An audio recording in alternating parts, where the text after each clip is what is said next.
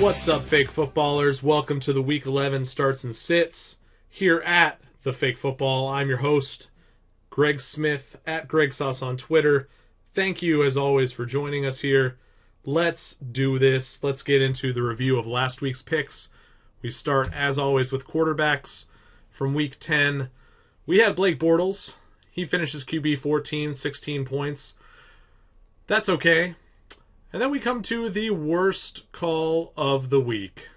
Peyton Manning, QB 35, -6 points. Holy crap. What an awful game for Peyton Manning. It was so brutal to watch, too. Like, the whole time, I was playing against him in one league, so I had that, schadenfreude or whatever, the joy you get from someone else's suffering was definitely in play. But at the same time, just seeing the dude out there setting a record and, getting praised over the PA in the stadium only to, finish with what has got to be one of the worst fantasy QB performances of all time. So yeah, that's my worst call of the season by a mile, Peyton Manning in Week 10. I'm sorry for that. I really hope that, you didn't start him over any of these other guys for sure. I mean, even Jameis Winston, hell, QB 19 with almost 13 points.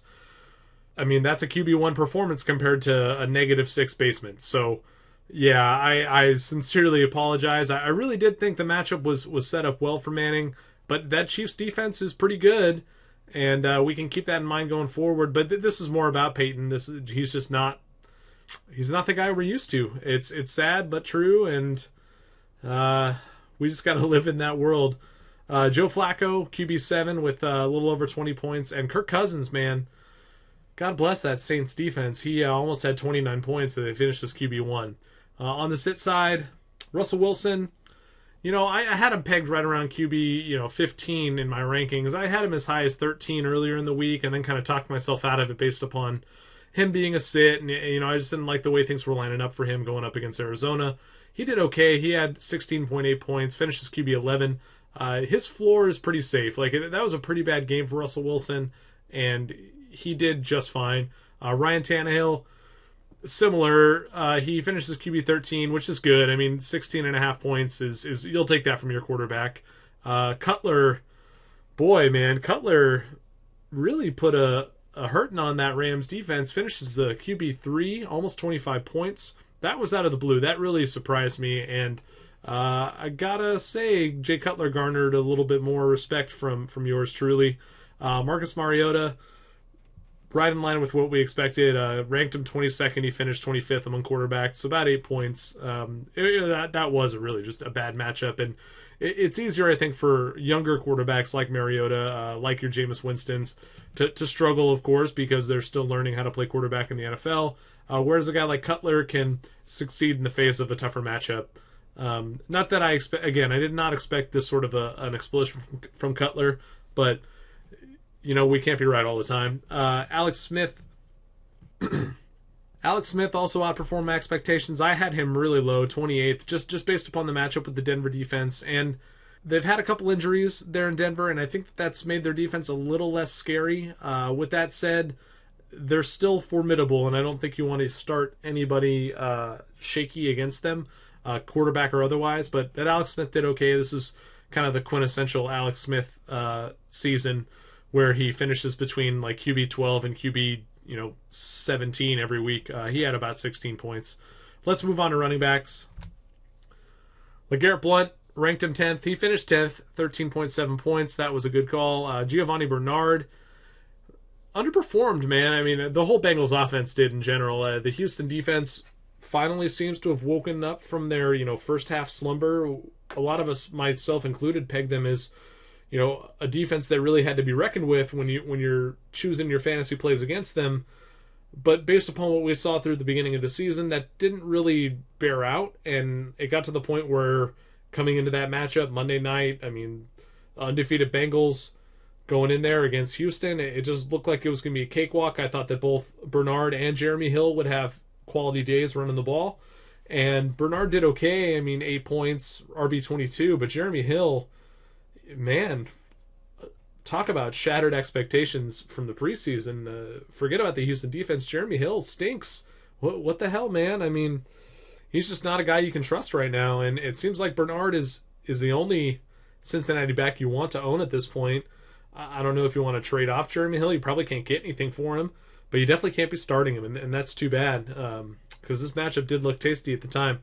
TJ Yeldon, ranked him 18th. He finished outside the top 24 at RB 26 with about 7 points. Got injured in the game, so I'm not going to say this was a terrible call. Like, it seems like things could have gone better for him.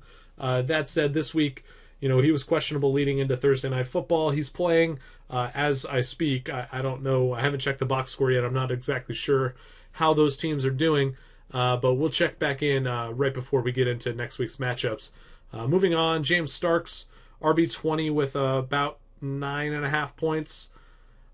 After hearing that Eddie Lacy was going to be out, I shot James Starks way up my rankings all the way up to number 5. It just seemed like the matchup was right, the situation was right, but Packers offense is struggling, and Starks is struggling alongside all those other guys. It sounds like Lacy's going to be back this week, and while the coaching staff has said that James Starks is going to be the starter and come out of the gates as the running back for Green Bay, Lacy will probably suit up for this one. He'll probably siphon some of those carries and targets away from Starks, and that's going to make it tough to start either of them. I still think Starks probably has to be ranked as a top 24 guy just because running back is so depleted thanks to injuries, but you got to be careful with him moving forward because even in last week's matchup against the Lions where it seemed like all the stars were aligned, he still couldn't even crack the top 15 among running backs, and that's a little frightening.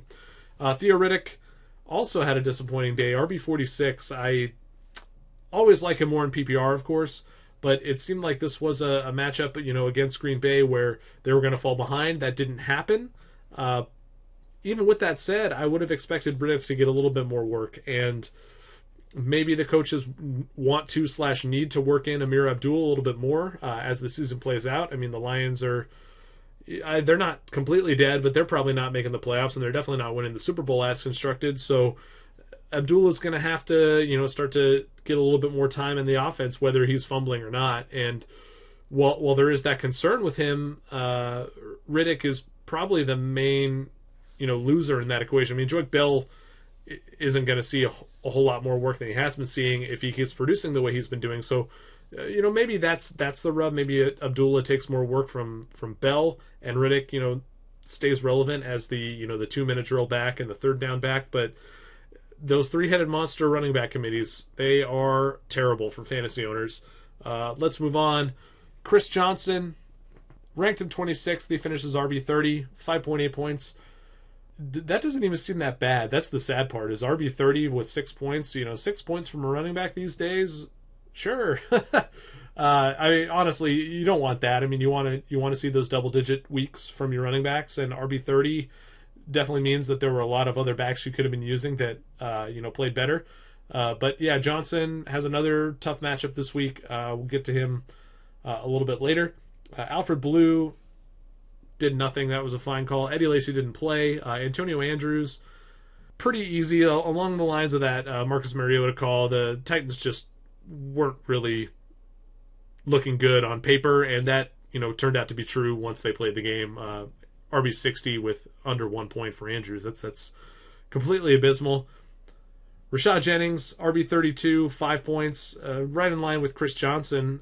So that kind of shows you the difference, I guess. You might say, 5.8 points from running back in 2015. I'll take that, but I mean, Rashad Jennings did that essentially. RB32, 5 points. Like, that's not a guy you want to be starting. CJ Spiller, ranked him 40th. He finished 40th, 3.4 points. It sounds like Mark Ingram got dinged up a little bit in that matchup, so keep an eye on Spiller. Keep an eye on Tim Hightower after their bye this week leading into Week 12. Both those guys might be worthy of waiver consideration after Week 11, depending upon how Mark Ingram looks. Let's go to wide receivers. Stephon Diggs, not very good. 5.6 points, 34 among wide receivers. Kamar Aiken did well. He finished as wide receiver 29 with 7.3 points. He's got a tougher matchup this week. It'll be interesting to see how he does.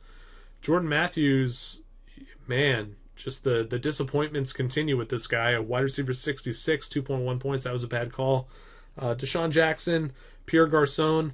Somehow Kirk Cousins finishes as the top quarterback in the week with almost 30 points, and neither of these two primary receivers can crack 5 points.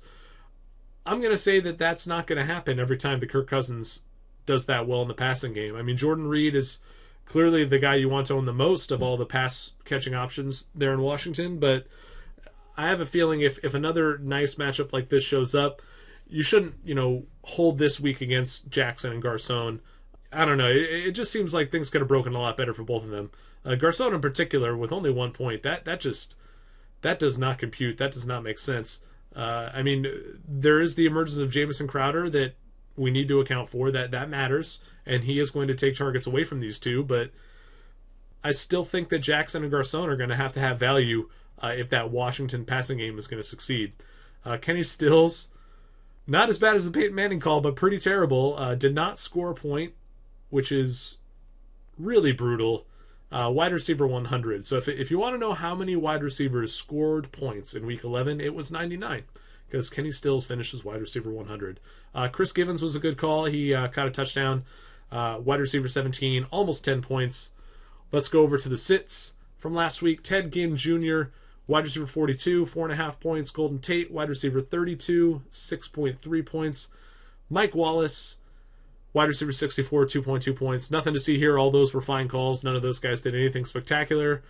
But the next two guys did do something spectacular. Michael Floyd, second best wide receiver in Week 10, 23.3 points. And Doug Baldwin, wide receiver 5, out of nowhere, 19.4 points. Michael Floyd, I get. John Brown still, may not be 100% healthy. And, caveat alert, Michael Floyd isn't healthy anymore either.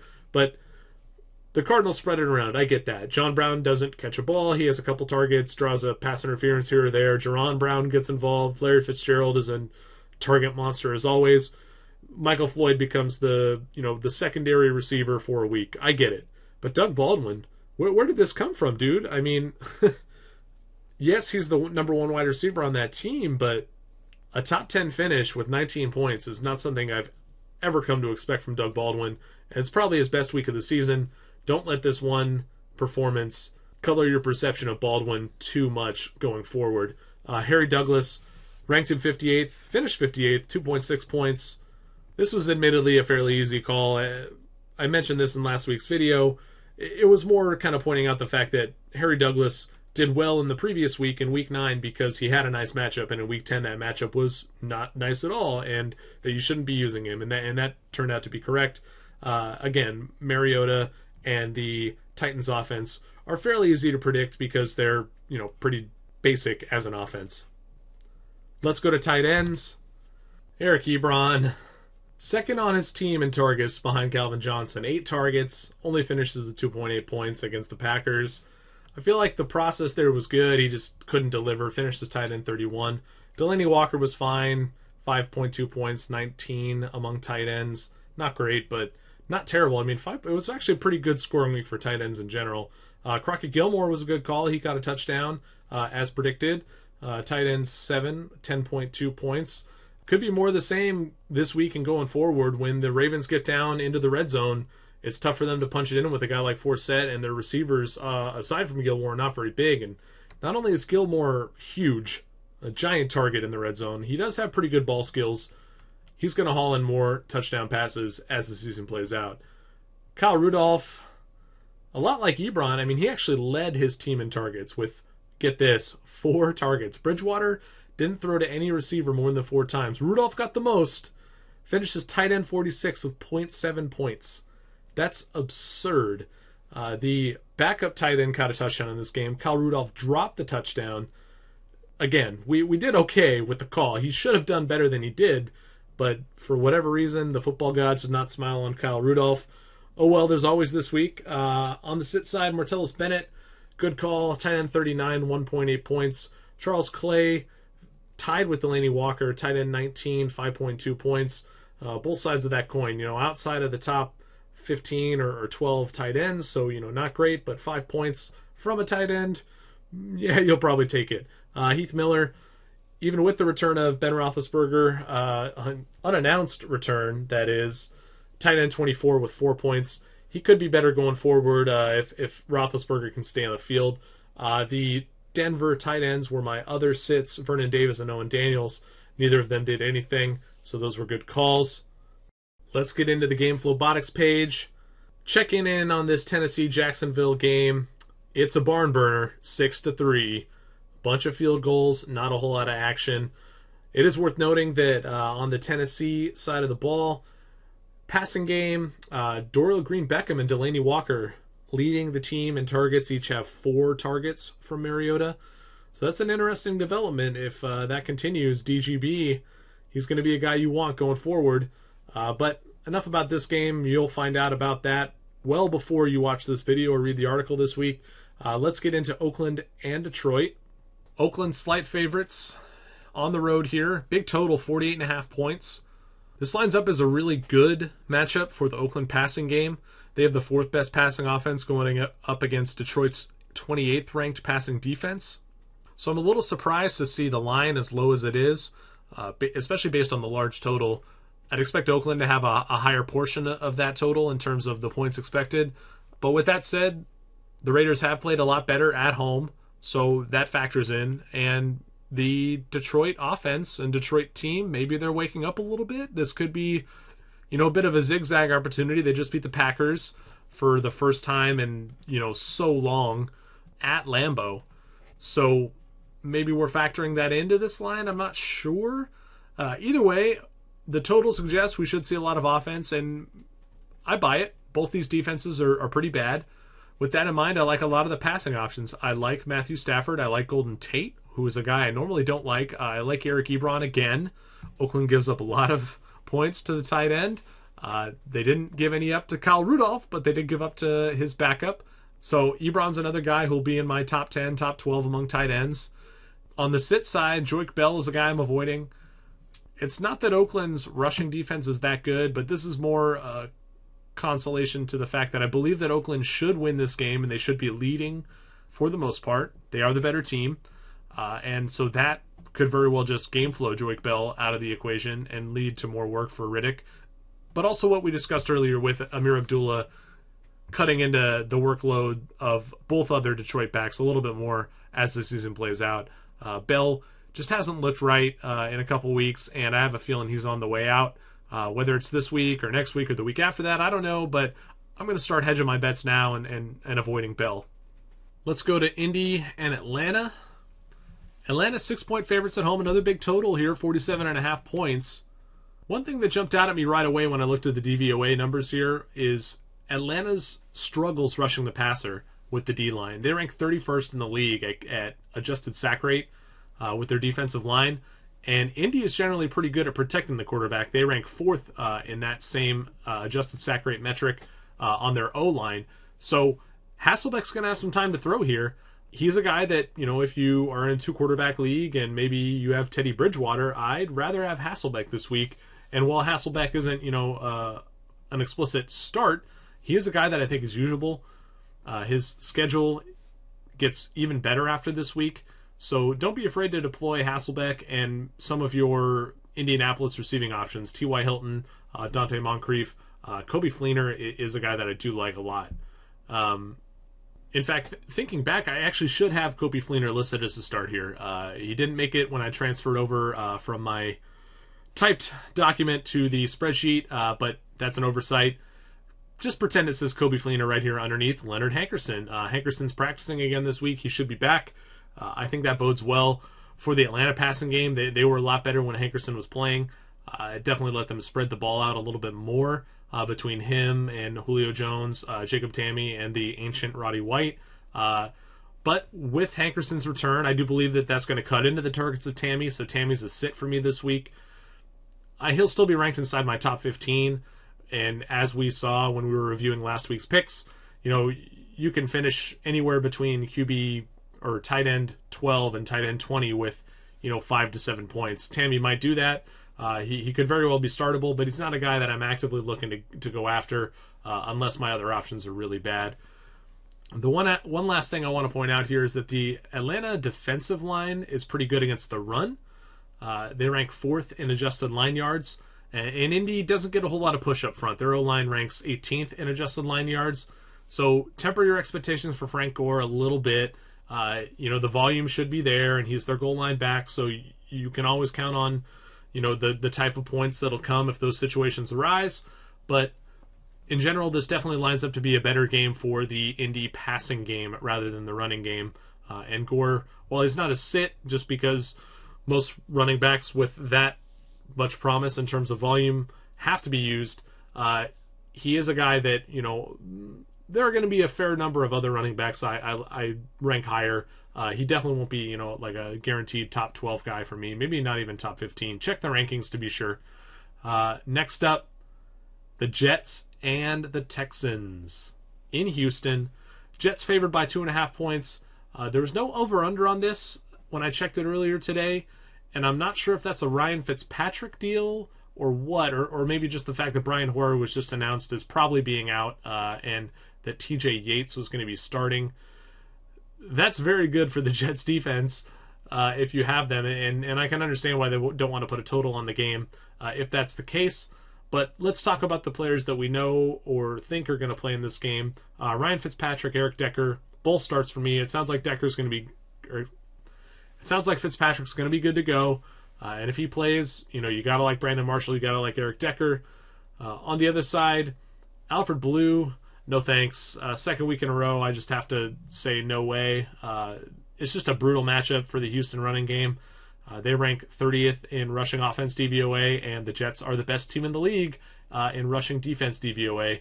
That is not a recipe for success for Alfred Blue. I mean, the Jets are also very good against the pass, 6th in the league there. So I don't really like the secondary receiving options here with Yates at quarterback or a hobbled Brian Hoyer either way. Nate Washington, Cecil Shorts, I'm tabbing them as sits as well.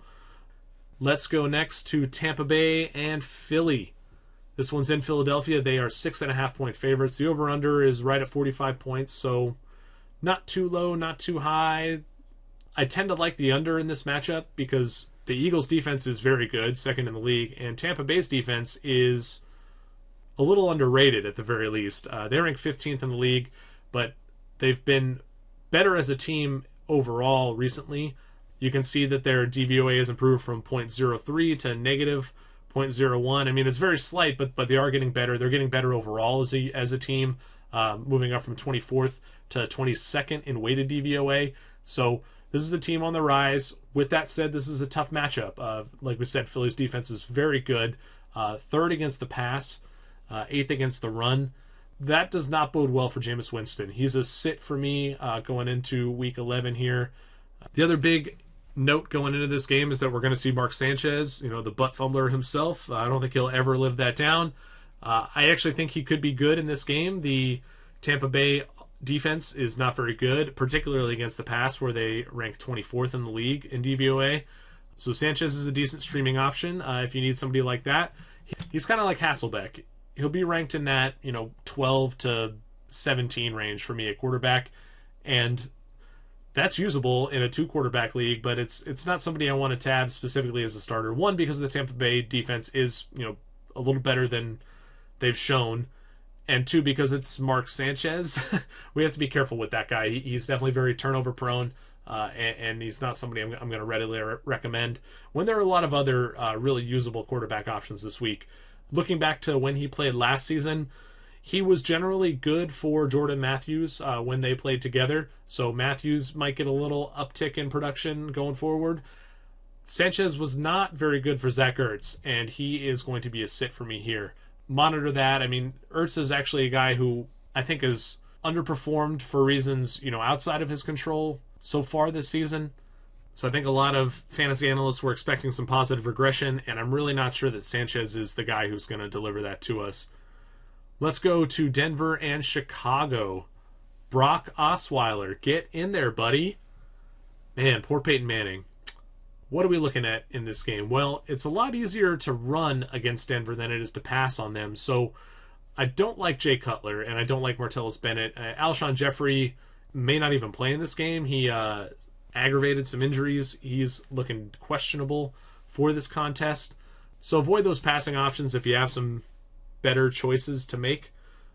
With that said, I'm still going to start Jeremy Langford. He was a matchup beater last week against St. Louis.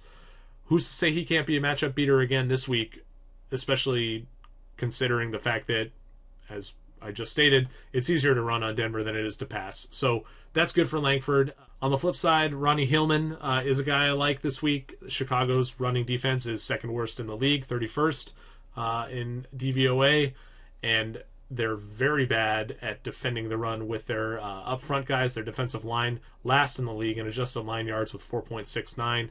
And oh, hey, there's Kobe Fleener. You made it into the wrong box, my friend. I'm gonna have to move you over later. So yeah, that's my takeaway from this game. I will be watching this one closely to see how Denver's defense looks, especially after they underperformed against the Chiefs last week. I'm curious to see if that defense, especially as a fantasy defense, is one that we can continue to trust going forward, because their schedule does get a little harder as the season winds down. St. Louis and Baltimore are next. Baltimore 2.5-point favorites here at home. Low total, 41.5 points. A lot of action on Baltimore. They're at minus 120 on the VIG, which means that most people have bet on Baltimore here, thinking that they're going to win this game. I don't know if I'm ready to jump to that conclusion along with the betting public, but St. Louis looked really bad last week, and I don't know if Case Keenum is the answer. Their defense is still very good. Fifth overall, fifth against the pass, fifth against the run, just 5-5-5, 1, 2, 3, 4, fifth. And with that in mind, I'm going to avoid some of the Baltimore offensive guys yet again. Joe Flacco, Kamar Aiken, not dudes you want to be starting this week if you can help it. Kamar Aiken will probably still be inside of, like my top 40, top 36 wide receivers, which in a deep enough league is someone you're probably going to start. And Flacco will probably be 2 QB startable, but I don't know. I think you should strive to do better if you can. I'll hedge on my Flacco sit with Crockett Gilmore as a start. As I discussed earlier, I love what he does for this offense inside the red zone in terms of giving them just a huge weapon who's very difficult to cover, coupled with the fact that they have trouble running the ball sometimes in those tight spaces. It's not going to get any easier against St. Louis's 5th-ranked rushing defense. That's just how it goes. So their passing defense in St. Louis is also very good, but it's easier to be good as a team than it is to, be good against a 6'10" monster tight end like Gilmore.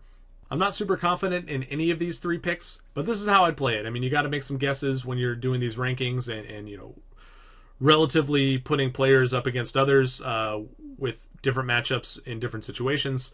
I like Gilmore. I don't like Flacco or Aiken relative to the other players at their positions.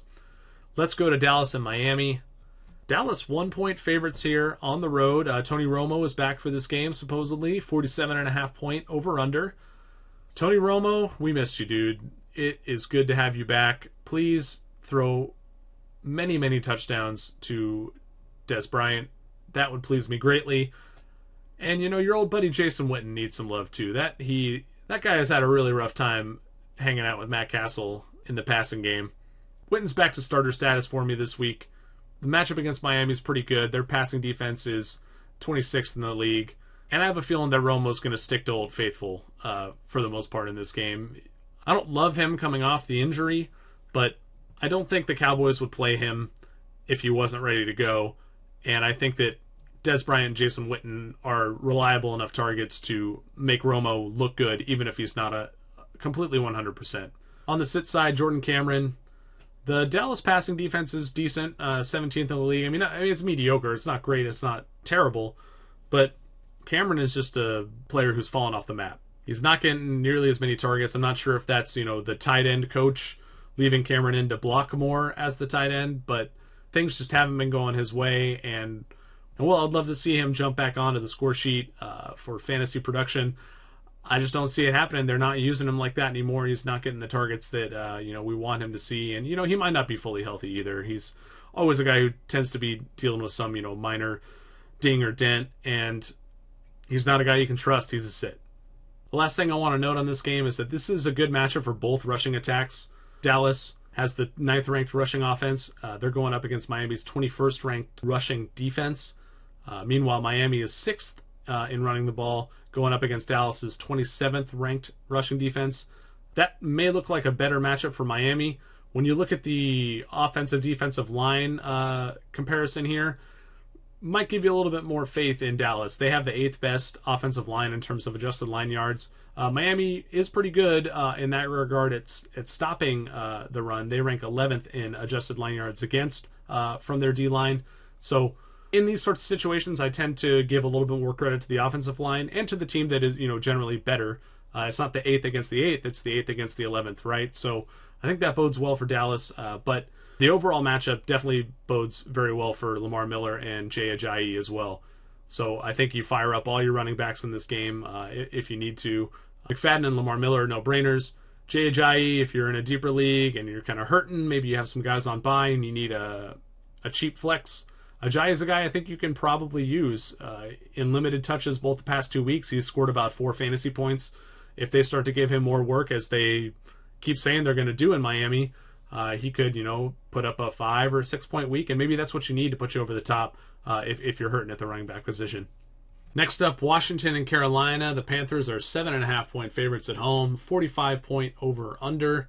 That Carolina defense is going to give Kirk Cousins and his brethren a lot more trouble this week than they had last week against the Saints. So beware of all the various Washington offensive players. Kirk Cousins and Deshaun Jackson are definitely sits for me this week.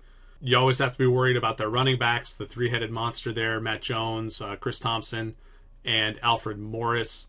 This lines up as a much better game for Carolina's offensive skilled positions.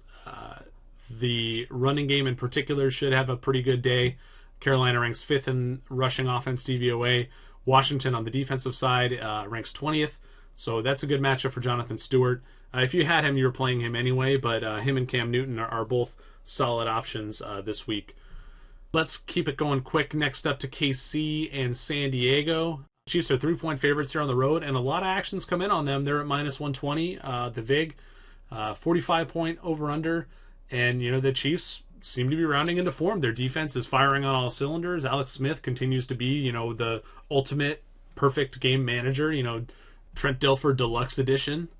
This game in particular is an excellent matchup for Kansas City's running game. They rank 2nd in rushing DVOA, and the Chargers are the worst in the league at defending the run. So Charkandrick West, kind of like Jonathan Stewart from the previous game, West is a every week starter here, but for me, he's going to be in the top 5. That was not something I was expecting to do with Charkandrick West. I really thought that this Chiefs team was going to give Knile Davis at least a little bit more run, and now he's not even being activated for games. So that shows you that they really believe in West. They're willing to shuffle in Joe Schmoes on the backside of that running back rotation. And I don't mean to disparage Ware as a backup relative to Knile Davis, but again, it just goes to show that they have a lot of faith in Charkandrick West. And he's, a surefire starter for me this week in what is an excellent matchup. I like Alex Smith here. San Diego's passing defense isn't all that great either, 27th in the league. And because the San Diego offense is pretty good, Phillip Rivers should be able to move the ball to some extent. The Kansas City defense is good, 11th in the league. But, Rivers is a great quarterback. The San Diego offense is good. They're going to put up some points, and that should motivate Alex Smith to have to pass the ball at least a little bit. It can't all be Charkandrick West all the time, and even some of the time when it is West, those are going to be little screens and dump offs from Alex Smith. I think that the quarterback there for the Chiefs is in for a good game. On San Diego's side of the ball, I love Stevie Johnson here. They've just lost so many other dudes that Johnson is going to have to produce. I thought that he would do this last week. He didn't really step up in a big way, but this matchup isn't a cakewalk, but someone's got to catch the passes from Rivers. And if you want to go a little deeper, I'm going to throw Dontrell Inman out once again. He's, like Johnson, thrust into a heavier workload with Keenan Allen out, Malcolm Floyd, hobbled, possibly also out for this game, and we know that Antonio Gates isn't healthy either. These wide receivers are going to have to step up and do some damage. Melvin Gordon's a sit for me this week. Kansas City 18th against the run in DVOA, but it's not just about the matchup against Kansas City. It's a lot about San Diego themselves. They rank 29th in rushing offense DVOA. They have struggled to get Melvin Gordon going all season long, and this is not a game where I expect that to change. They're the underdogs. They're probably going to have to throw more than they run the ball, and while Kansas City's DVOA against the run isn't great, 18th in the league, They're pretty good up front, 12th in the league in adjusted line yards on the D-line. So this really doesn't make for a tasty matchup for Melvin Gordon. Let's go to Green Bay and Minnesota. Packers underdogs here on the road in Minnesota. Only 1 point, 45-point over-under. It is worth noting that the Vikings have played a slightly easier schedule up to this point in the season. So while the records would dictate that Minnesota should be favored in this game, I think we gotta like Green Bay a little bit more. And the general betting public is right there with me on that. They've bet the VIG up to minus 115. It's not a huge swing, but it's legitimate. I mean, we're seeing more bets on the Packers. They are a public team. I should state that. They're a team that tends to get bet on more often than other teams because they are so popular. And that's, I'm sure, baked into that VIG as well. But I do like the Packers in this matchup. I think that they have a lot to prove coming off of that terrible loss against Detroit. And while it does seem like their offense has some issues and you know, people are starting to, you know, speculate that maybe Aaron Rodgers isn't healthy, this is not a terrible matchup for them. I mean, the Vikings have been good, but they haven't been great. We're talking about the 19th ranked team overall in DVOA or 17th in weighted DVOA. By DVOA, the Packers are better, 8th and 9th in regular and weighted DVOA. The Minnesota offense in particular is not very good, 24th overall, 28th in passing offense. They're good at running the ball, 11th. Adrian Peterson is still an absolute freak of nature. But, I mean, the Packers are better. They should win this game. I think we need to keep that in mind when we look at starts and sits. And we also need to look at the actual matchups here between the different units. And one matchup that I really don't like is this 28th ranked Minnesota passing offense against Green Bay's 12th ranked passing defense. So Teddy Bridgewater, Mike Wallace, I'm sorry, you're sits. You're 7-2. You're doing great as a team, but this isn't a spot where I want to use you in fantasy. Sorry, guys. On the flip side, Green Bay's passing offense still ranks 5th in the league, despite some poor performances. And the Vikings' pass defense, 15th in the league. I like Devontae Adams here. He's been a target hog lately. He hasn't been super efficient with those targets, but anybody who's seeing that much volume is going to be usable in fantasy, particularly in PPR leagues. But Adams is a guy that I do like going into this week. James Jones, on the other hand, has really fallen off. The return of Adams has certainly hurt him. We've seen Jones, kind of dwindle into nothingness in this offense. So he's a sit until he starts to show that he's going to, catch some touchdown passes in the red zone once again. He's not a guy I want to use. We saw the same effects from him last year in Oakland, and I think that maybe he's just that type of player who starts off hot, and then once teams realize that he is that sort of red zone threat, they start to figure out how to cover him a little bit better and, snuff out what he likes to do. This is actually a fairly good matchup for Green Bay's running game. Minnesota ranks 28th in rushing defense. So if it comes out that Eddie Lacy is going to sit again, James Starks is the lead back, I think Starks is a guy you have to use.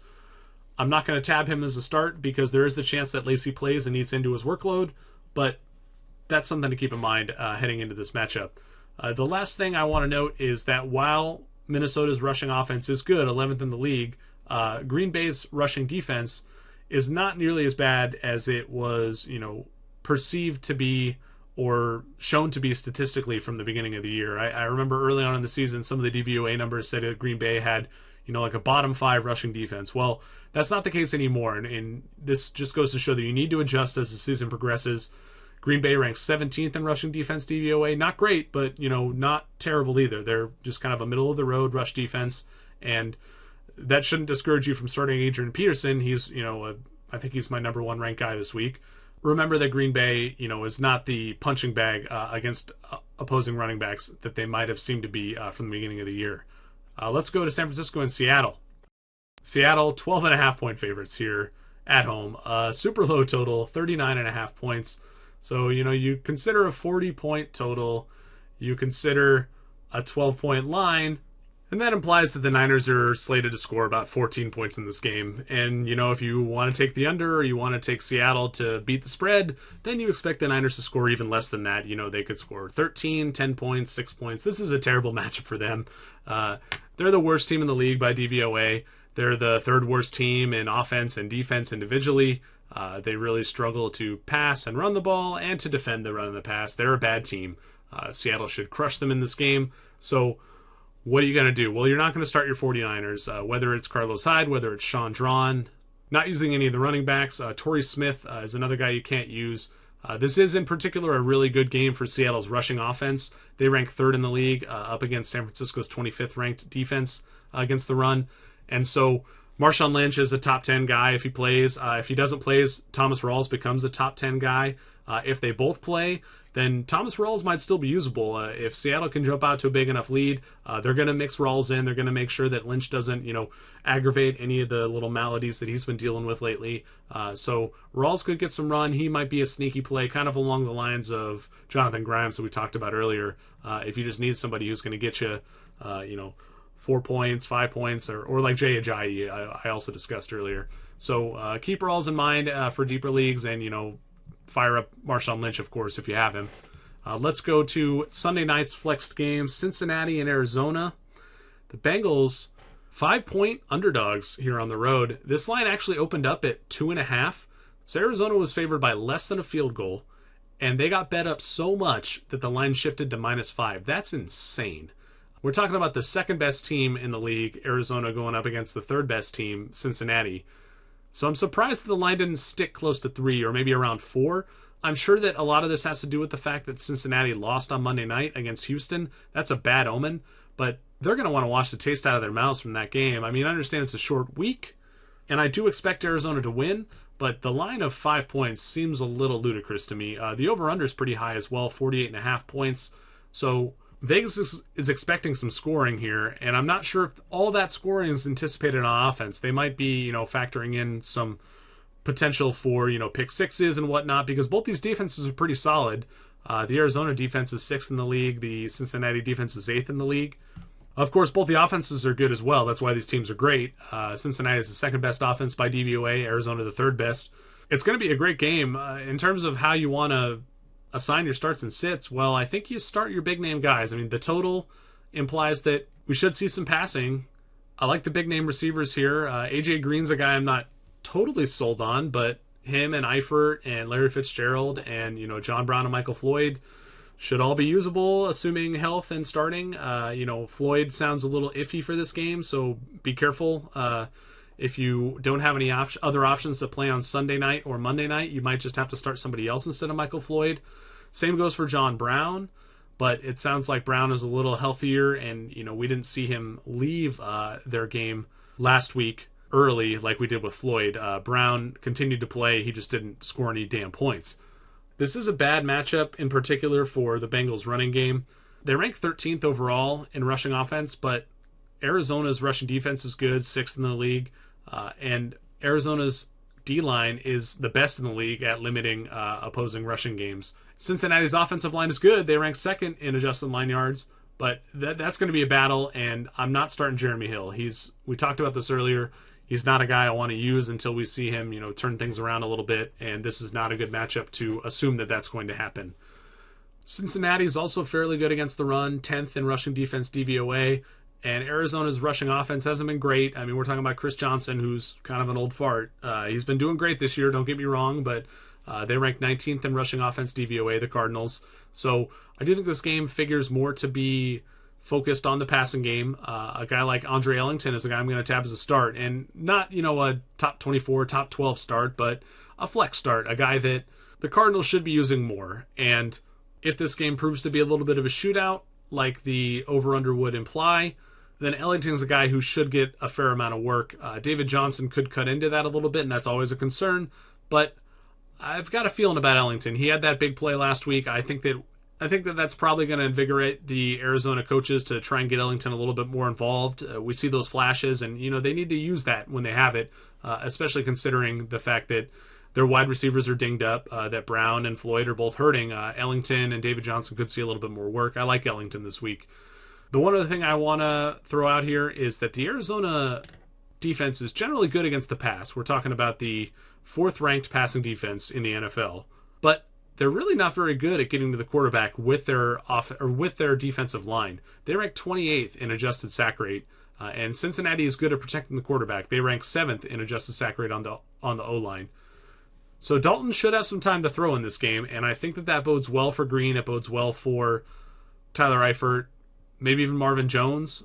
Marvin Jones is a guy I tend to disrespect in my rankings just because there are always other wide receivers that I like more based on either volume or touchdown ability, size in general, and usage in the red zone. But Jones could be a sneaky play here, especially if the Cardinals focus a little bit more attention on Eifert and AJ Green.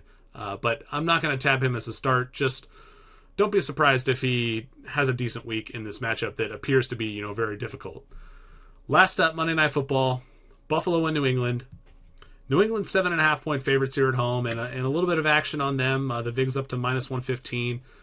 Like Green Bay, New England's a public team, so part of that raise in the VIG we have to attribute to New England just being popular and a lot of people wanting to bet on them. A good over-under here, 48.5 points. The last time these two teams met, New England jumped out to a big lead, and then the Bills played catch-up all second half, and it was pretty joyous for Tyrod Taylor and Sammy Watkins owners. I don't know if it's a great idea to anticipate the exact same sort of script in this game in New England, but I still like Tyrod Taylor. He's a top 12 QB for me this week. Carlos Williams is another guy I'm going to tab as a start for the Bills. It's kind of counterintuitive. I still like LaShawn McCoy more, and the New England running defense is pretty good, 12th in the league, but when I looked at the running back landscape, when I did my rankings, Williams ranked right there at like number 23, number 24 among running backs. And that's based on his usage. That's based on the fact that he's scored touchdowns over and over and over again, contrary to what we would expect. I don't know if he scores again this week, but based on what I've seen from Williams and based on what I've seen from other running backs that are ranked in the same neighborhood, I'm going with Williams. I'm going to say he's a start this week. It's a little risky. Hopefully you have, some more surefire bets for touches, but Williams is a guy I like. For New England, LeGarrette Blount, top 10 running back. I said I wasn't going to keep tapping him as a start, but I definitely am this week because, I just didn't like a lot of the other options that weren't obvious, LeGarrette Blount might be a little less obvious still, and he's a guy that you have to run out there. The Buffalo rushing defense is not good, 29th in the league. This is a great spot for Blount. Danny Amendola filling in for Julian Edelman. He's a no-brainer as well. Buffalo's passing defense is a little better, 13th in the league, but we're talking about Tom Brady throwing him the ball, so it's not like the Bills' defense is going up against a slouch here at QB. On the sit side, this is kind of a deep consideration, but James White is a guy that I can't get a good feel for. I have a feeling they're going to have to use him more. They can't just keep running out LeGarrette Blount, and I'm very willing for this call to burn me, but when I was doing my rankings, White just kept sliding down and down. I just couldn't trust him. I like a lot of the other kind of third down backs a little bit more. Your Shane Vereen's, not him, but he's on bye this week. But those types of players, Chris Thompson, so on and so forth. I just don't want to trust White until I see it from him. If it happens in this game, so be it. I'll take the hit, and we'll talk about that when I recap the Week 11 picks next week. But I'm sitting him if I have him. That'll do it for this week here at the Fake Football, or maybe you're just watching on YouTube. And, if you're one of those people, if you're a YouTube-only guy or gal, come on over to the Fake Football, check out what we got. There's a lot of stuff that you're not going to see in these videos that you're missing out on. Denny Carter's streaming scores for defensive streamers every week. Great work from a lot of other folks, DFS stuff. Cheat sheets, risers and fallers in terms of what players are going up in cost and down in cost for DFS. Dynasty talk from Kevin O'Brien, the fantasy football engineer. We got rankings from myself, Jeff Brubach, and Rich Rebar. You might know Rich from his awesome work over at Roto World. That worksheet he does is a must-read every week. Aside from those standard rankings, we also have 2 quarterback rankings from Joe Siniscalchi. I hope I'm pronouncing his name right. I've never talked to him in person. Always a crapshoot. I mean, I've got it easy, man. I'm just Greg Smith. Thank you as always for watching. Really appreciate your time, and good luck this week. We'll catch you next time. Adios.